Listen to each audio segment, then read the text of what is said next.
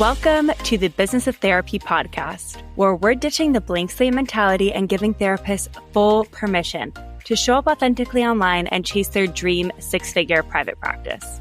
I'm your host, Kelly McKenna, licensed therapist, business coach, and content creator. I have made it my personal mission to help other therapists make a boatload of money and do it while working with clients they love and without sacrificing their work-life balance. I've been through the very same journey that you're on now. After ditching burnout, starting my own private practice, earning $250,000 my very first year, and scaling way beyond that, I'm here to give you all the behind the scenes. And in this podcast, I'm holding nothing back. You'll hear all the specific strategies, wins, failures, and lessons learned to help you build your very own six-figure private practice and see that the business of therapy can truly be a lucrative one. Let's do this! Before we get into today's episode, let's chat about our sponsor, Jane, the all-in-one practice management system I use in my own private practice. Jane has designed a secure payment solution that helps reduce the amount of time you spend manually following up with your clients about payment. Clients can save their financial information securely through your intake form to be processed after each session.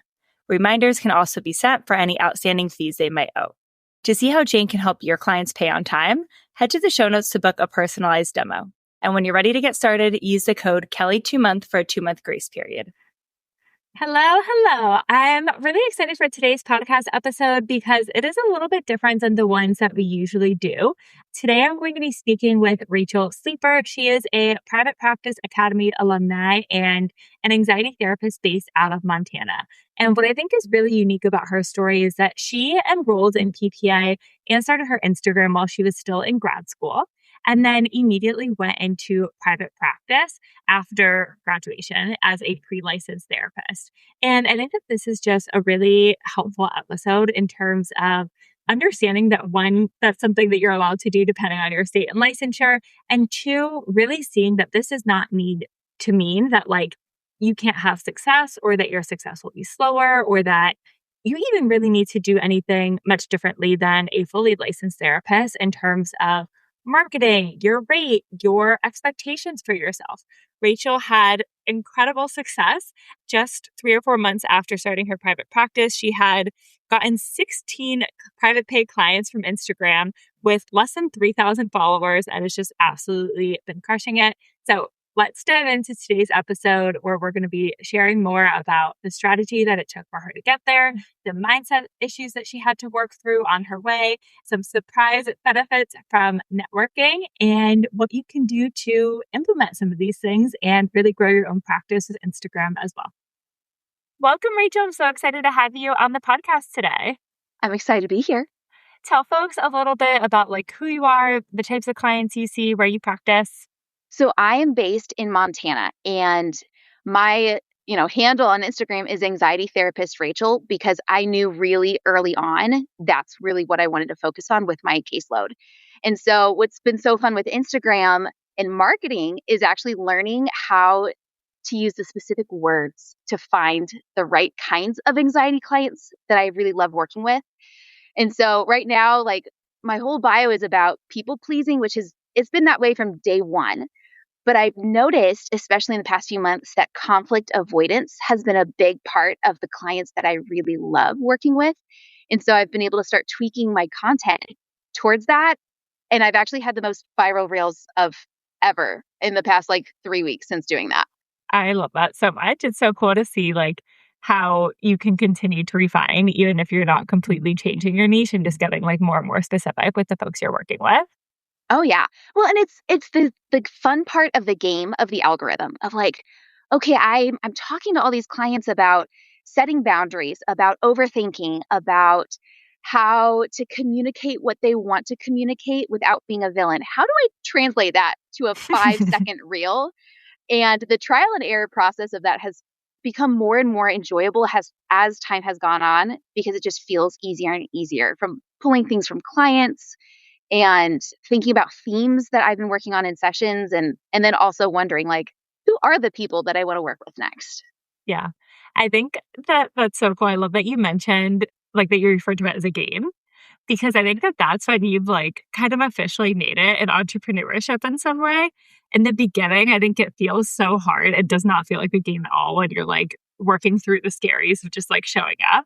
But once you're like, okay, I've got this piece, like now it's all about like fun and experimentation and seeing what works and like what little tweaks can I make and what differences does that have? Like that to me is when you really are like a marketer and it's like such a fun shift. Oh, yeah. I mean, I'm thinking about when I started last summer, like opened my therapy practice in June, right after graduating. I was terrified. I was terrified of being a failure. I was terrified that I'd put myself out there like in a way more visible way than I had ever done before. And looking back now about how much pressure I put on every reel that I made. And now it's like I could make a reel in 5 minutes and I don't even think about it twice. Like, we'll see what happens. Like, I know I want to try this and I want to try that. And if one of them flops, it's totally fine because I'll just make another one. Yeah, I love that. So talk to me about this decision that you had to start an Instagram and to start a private practice right out of grad school last year. Oh, so I had worked in the nonprofit world my entire 20s. And let's just say it was not working out financially anymore. I met my husband working in the nonprofit. And then obviously COVID hit and prices everywhere have been insane, cost of living, etc. And even living out here in Montana, holy crap, like no one was prepared for what happened out here, where now Montana is number one least affordable housing in the country. And here I was like newlywed looking at my husband being like, holy crap, like we are never going to be able to buy a house if we keep doing what we're doing. Like I'll never be able to be working even part-time if we stay on the tracks that we're on.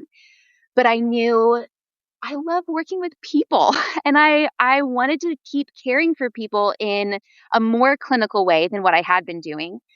So I went ahead, started grad school and was dreaming like, how can I actually make this work when the stereotype is that all therapists are so broke? And I knew I couldn't do that anymore. Man. And the thing was, I had been following other therapists on Instagram for years. And I was watching how other people were staying in the clinical lane with individual clients while also starting to develop other streams of income. And it started to make sense in my brain of like, okay, that doesn't just sound good. I think that's actually going to be necessary for the future that I actually want for myself. And so, man, the decision really clicked into place when I started my internships in grad school. And the practice I was at had an incredible vision.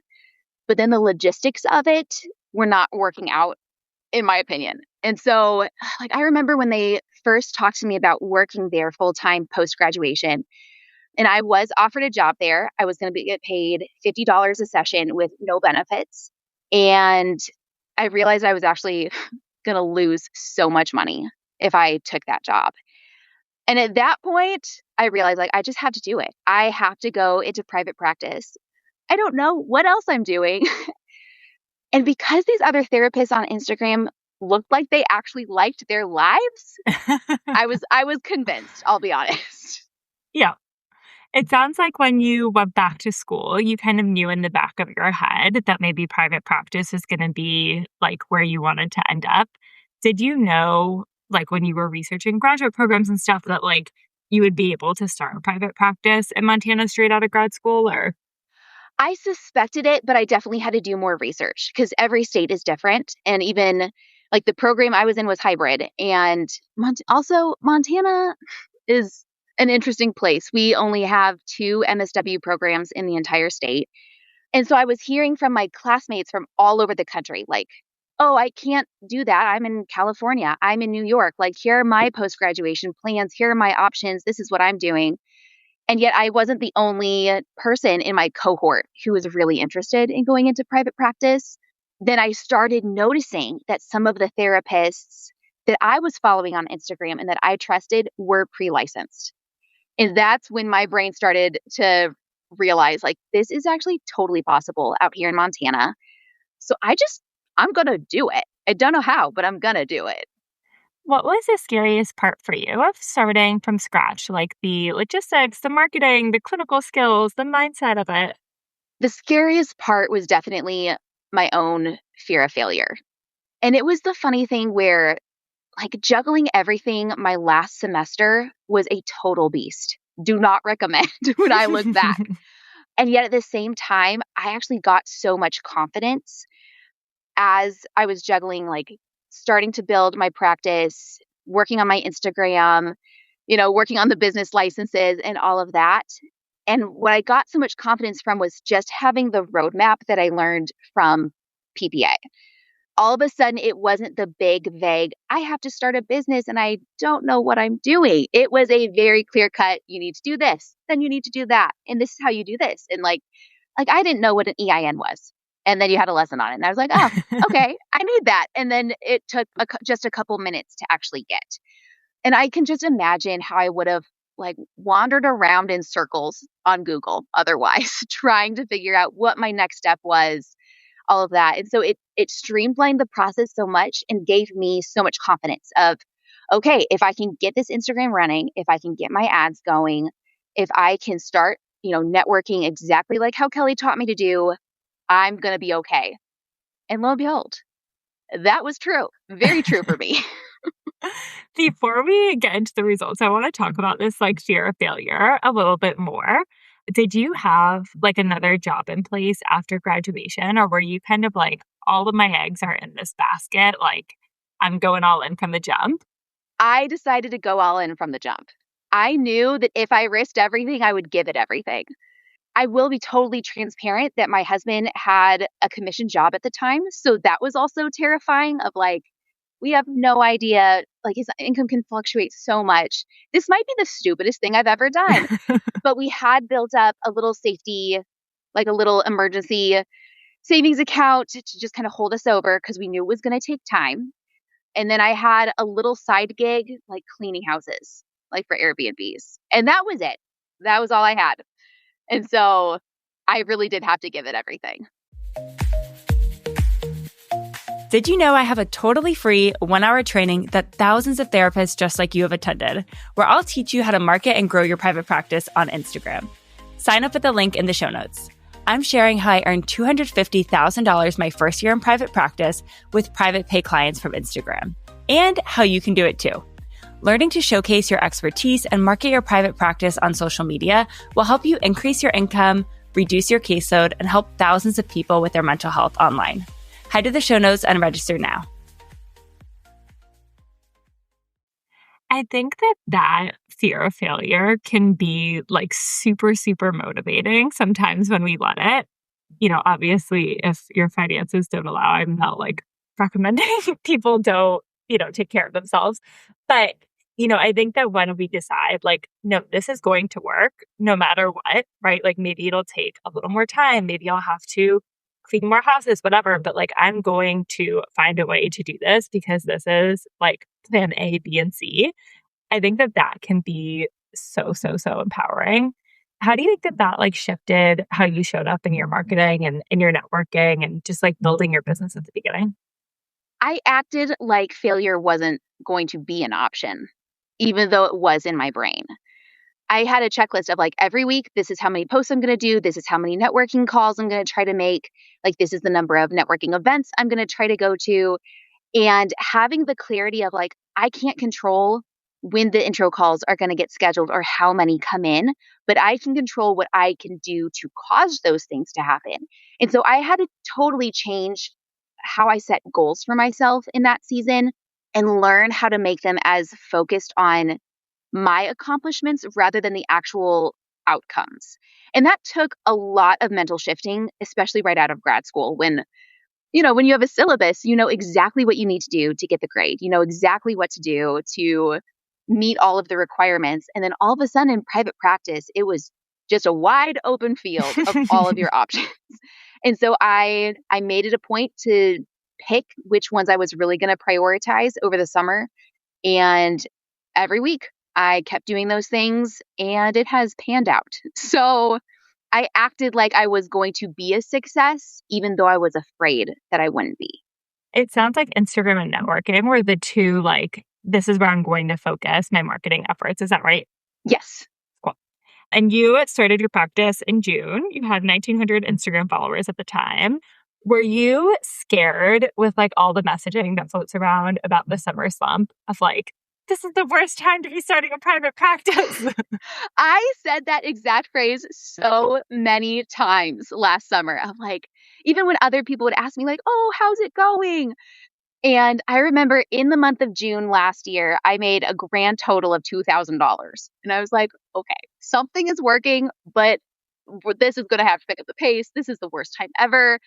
And looking back, though, the summer slump ended up being a blessing for growing my practice because I did legitimately have the time to work on networking, to work on my Instagram. And it ended up not mattering at all because I was full by September. And so even now, we're wrapping up the month of May. I just had my lowest month that I've had since last September. And I'm absolutely okay with that. Like, sure, I had that little moment of panic of like, oh my gosh, where are my clients going? What's happening? And remembering like, Rachel, last summer, you made no money in the month of May from being in private practice. So you're doing great. And you know exactly how to keep the intro calls coming in. You're going to keep doing those things. And even now, like, I can reframe this summer to be exactly like last summer. Like, I know how to network. I know how to put myself out there. And even now, I know how to start working on building additional streams of income. And I can use the summer slump to actually have the time to do those other projects. Yep. I think too, it's so important to name that June was when you started your practice. And so like earning $2,000 in that first month, I think is incredible, right? Like I think for a lot of people, it can take longer even to get their first client. But because you had started showing up and posting on Instagram while you were in grad school, because you had done some of the work behind the scenes, like you were ready to go and to hit the ground running. And I think there's very few people and businesses that have like set themselves up to be able to do that from day one. Like, I hope that you're really proud of yourself for that. Oh, I am. I am. And it was, man, one of my funniest moments in grad school was actually when one of my professors told me that she had stumbled upon my Instagram account. And that little moment of like, oh, like, are you cool with this? Like, how, like, what's the vibe here? And she kind of called it out of like, this is great. Like, you're doing a fabulous job marketing yourself. Like, we do need so much more in terms of like destigmatizing mental health still, and realizing like, oh, even my therapy, like grad school professors are on board with this. I feel good. Yeah. So talk to me about that summer. What were you focusing on in terms of Instagram? And talk us through a little bit of like what those results look like. So I'm diehard for the Reels membership. That thing, my gosh, makes posting so easy. I remember every Monday morning I would go into the office, whether or not I had clients that day, and I would do all of my recording, all of my captions, all of the editing in one fell swoop. And when it's only 4 prompts, you really can get that done pretty quickly. And so I also gave myself permission to try exploring in some new ways at that point because I had more time. And so learning how to try out other forms of editing, learning like practicing on different apps like CapCut or Edits, and even watching the trends and trying to figure out like, how can I put my own spin on some of these different trends that are happening? And sure, I had some major flops of like less than 50 views, but at the same time, I was putting in all of the reps. And so that set me up for success in the long run with Instagram. And then I was also religiously tracking my ads. Like, how is this one performing? How could I tweak it? I was in the VIP membership at the time, and I just asked 1,000 questions. And I came to every single call, no matter what. Because sometimes even just hearing other people's questions would spark my curiosity or help me think about things differently.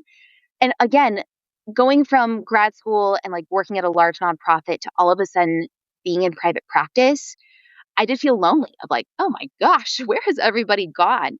And it was like those coaching calls were a reminder of other people are also doing this really hard thing. We can do it together and I don't have to problem solve all by myself. And so on the Instagram side, the biggest piece was consistency and being willing to be creative. How many times a week were you posting? Like, what did consistent look like for you? even now, I am posting pretty consistently 6 times a week. I do, like, sure, I miss every now and then, but that last summer, I didn't miss ever because I was still terrified. I think that that's, like, also so huge of, like, that is consistent and that is a lot of work, but I think some people make it up in their head to be, like, an even bigger thing, right? They're like, "I have to post 2 or 3 times a day or something," and I'm always like, 1 post a day is, like, the maximum you should be doing here. And so, you were showing up basically every day. You had 4 of your reels planned for you and were able to, like, do a little bit of experimenting, do a little bit of learning, do your own creativity. What were the results from that summer? Okay, so I ran an ad from June to September, and I ended up spending $355 on those ads. Like, I tweaked it a little bit every month. And I ended up having 21 intro calls just from Instagram, and 16 of those converted into clients. That is wild. So it was insane. And it's like I had started the account well, let me back it up. Because I had finally bought PPA in November when you were having your Black Friday sale. I did all the courses. I sat down and I did the whole thing in like 3 days over my Christmas break. Made a game plan for the next couple months, and then actually started my Instagram in January. And so from January to June, I had 1,900 followers. And then by September, when my caseload was full, I had 2,800. And so realizing I don't need to be like a mega influencer or anything to get this full caseload is totally true. And also the consistency has paid off in so many ways of like staying full for so long. I think what's cool too is like, that 1,000 followers that you grew over the summer with ads is like all people, not all, maybe we'll say mostly people in Montana who are following you from the ad because they're looking for a therapist in Montana. And I feel like that is like such a big difference in terms of just like the quality of followers and their willingness to purchase versus if we're only growing with like funny, relatable reels, which I love those, but it's going to be harder to get people to convert because you might have people from all over the country or people who are already in therapy who just sort of relate to it or people who aren't even considering therapy at all. And so I love like the ad template that's in PPA because it is intentionally boring and is like Yep. designed only to get the people to follow you who are in your state and like seeking a therapist. Yep. Well, and I've noticed that whenever I turn my ad back on, I will immediately start getting more followers. And so it's like the easiest way to grow just in the background without having to do a whole lot of work. And then hearing from people specifically, I saw your ad and that's why I booked this intro call has been such a confirmation of like, this works. I'm going to keep doing it. And it's great. And also realizing I know part of the reason why my caseload has grown so quickly is because I do have an in-person office. And what I noticed was when I started following more local businesses in my area, they would follow me back most of the time, which is great for networking. But also that's how I noticed some of my referral relationships started to grow of like, again, the consistency of people felt like they were seeing me on a regular basis, even if I never walked into their store or like never saw them in person. And that has put me on the forefront of people's minds, even in my own community. And that word of mouth has traveled of hearing from clients like, oh, I started following you because my massage therapist down the road follows you. And she told me about you. And so realizing how Instagram can also be so effective for local networking has been mind blowing. I love that. Can you tell me, like, what's the most, I guess, like, random person that you've gotten a referral from? Like, a massage therapist is kind of surprising to me in a Oh, good way. yeah. Well, and I don't even know her. That's the thing. Like, those have definitely been some of the unexpected ones. Like, I've gotten a couple referrals from current clients, but I think the random ones on Instagram of my friend sent me to you, or my friend sent me this reel and you're right down the road. So you popped up on like my local search. Those have definitely been the random ones. And even this happened like 2 months ago. I was out to dinner with some friends and, we left and they were chit chatting and my friend had bumped into an acquaintance of hers. And that acquaintance was like, who did you have dinner with? And she goes, oh, my friend Rachel. And she goes, I know her from Instagram. Like, it's a little trippy, but that was just a moment of like, I'm seeing people in my own area and they do feel seen and known. And also the totally relatable aspect of like, I'll go to a coffee shop and I will tag the coffee shop. And then that coffee shop often will repost that on their story. And so that's where the local networking via Instagram has been so encouraging and has made networking that much easier. Yeah. And you are private pay, correct? Yes. Yes. I love that. Like straight out of grad school, private pay, 16 new clients just from Instagram during the summer slump. Absolutely Yep. crushing it. Can we talk for a second about like conversion rates and intro calls? Because that's super like high. Like I love that standard of like 75% of people basically you're getting on a call with are moving forward. Was that like that for you from the beginning, or was that like a skill that you had to work on? Oh my gosh. I never would have had that conversion rate if it wasn't for your intro call template in PPA. And I know so many other people have mentioned that on the podcast, but having such a clear roadmap of what questions to ask to like start building rapport with the client right away, even when you've never seen their face before, how to really determine if they would be a great fit for you, but also like how to land the plane was the big one. Like even in my internship, when I was at a group practice, they had the interns do their intro calls. And we were just winging it. Like there was no clear plan. It was like, hey, I think this therapist could be a good fit for you, I guess. But my gosh, having that clear cut path of question mark potential client to we know exactly what our next steps are. And so even now, it is still pretty common for people to call me and like hop on that intro call and not be sure about their insurance, not be sure about, what does private pay mean? What about out of network benefits? All of that. And I know exactly how to walk them through, like using Thriser's calculator to see what are your benefits? What could that look like? And even when there's still questions saying, hey, how about this? How about since you have momentum right now, how about we go ahead and book your first session with me for like next week or the week after.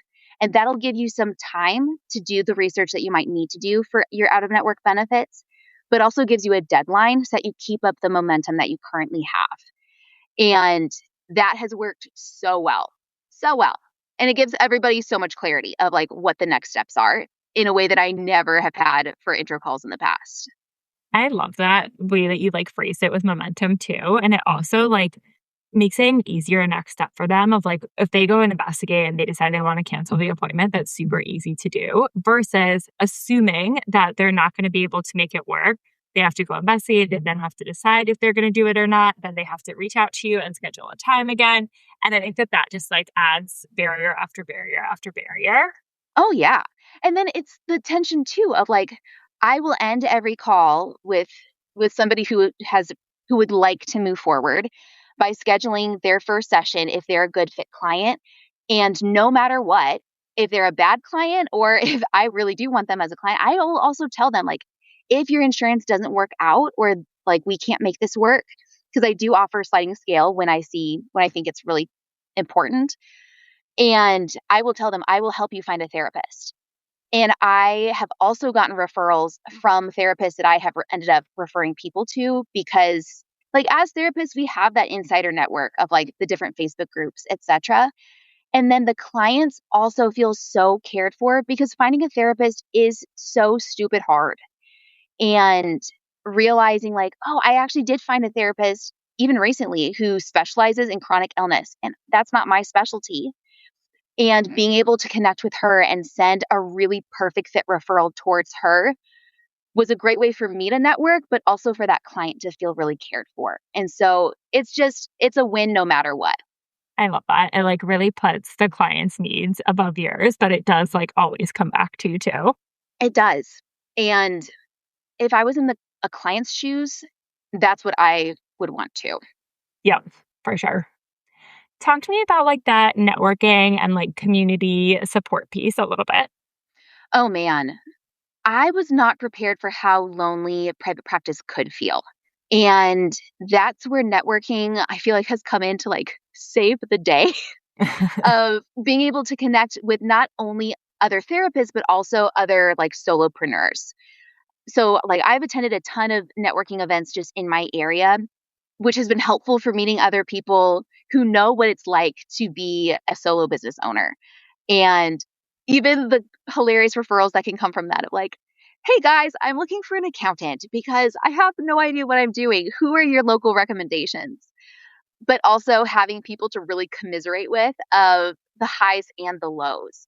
Whereas the networking piece with other therapists has been so helpful in terms of, yes, the clinical side, but also the aspect of how our job is so strange. Like Yeah. we can't talk about our clients anywhere else, whereas in almost every other profession, that's totally normal to do. And having a professional space where other people understand that we can't ask for, Google reviews from our clients. And that's mind blowing to other careers. But also the piece on Instagram, especially that networking with other therapists is so much easier. Like, I know so many people talk about the negative experiences they've had on like Facebook therapist groups. Like, if Facebook therapist groups are where mean girls live, Instagram is where your network of hype cheerleader therapists is thriving. Because even with like the Reels membership, sometimes you end up finding the other people who are in it because of the trending audios and being able to follow them, see the twists that they're putting on the exact same reels, seeing how they're phrasing similar things to you. And it doesn't take much to start building a relationship. Even a simple like comment on their reel or a message of, hey, actually, I love your content. Would you be interested in doing a collab with me? And also being able to celebrate other people's growth. Like I remember Juhi Kim and I were both in PPA and the VIP membership last summer, and that's where we first connected. And then recently you posted about how one of her reels went so viral at like She has 13 blown million. up. She has blown up. And I messaged her the other day just to say, like, Juhi, you are freaking killing it. What has happened? What on earth? And her messaging me back and being like, I've grown by 6,000 followers in the last month.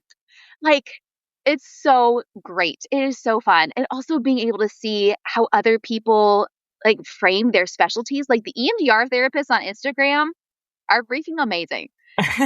And being able to see how other people are starting to scale, whether it's with workshops or digital products or intensives.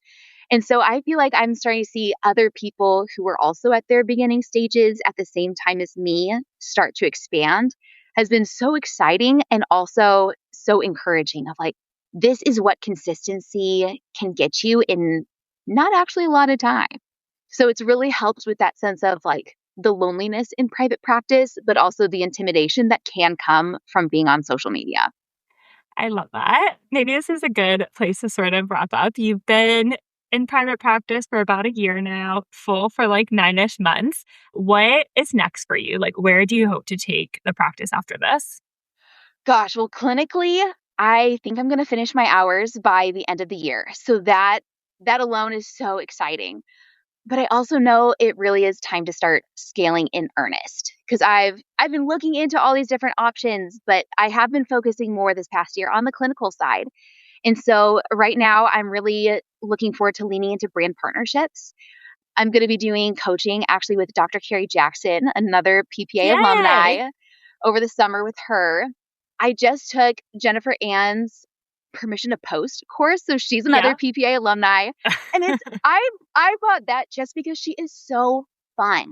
And I She don't really want is. Instagram to ever become a chore when it has so many opportunities that can come with it. And she shows that you can be freaking hilarious on Instagram and still be taken totally seriously as a clinician.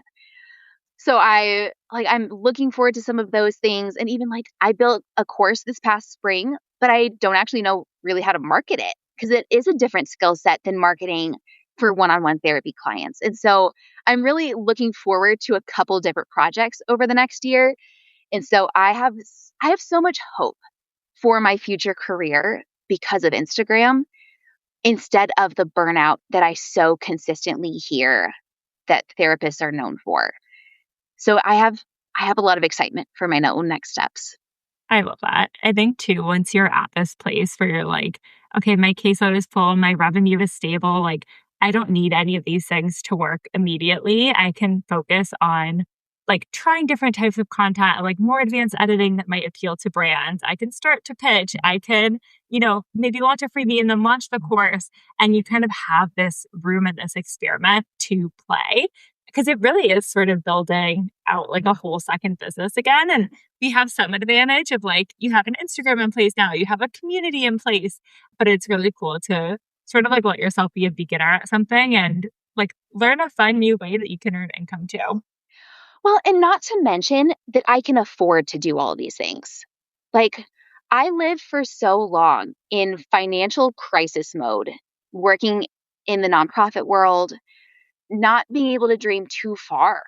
And yet now I have EMDR basic training scheduled for later this year, and paying for that was no issue. And working with other coaches, not a problem. Whereas I remember how much I stressed over paying for PPA when I was in grad school and realizing like this is the investment that has paid off 100-fold even in the last year.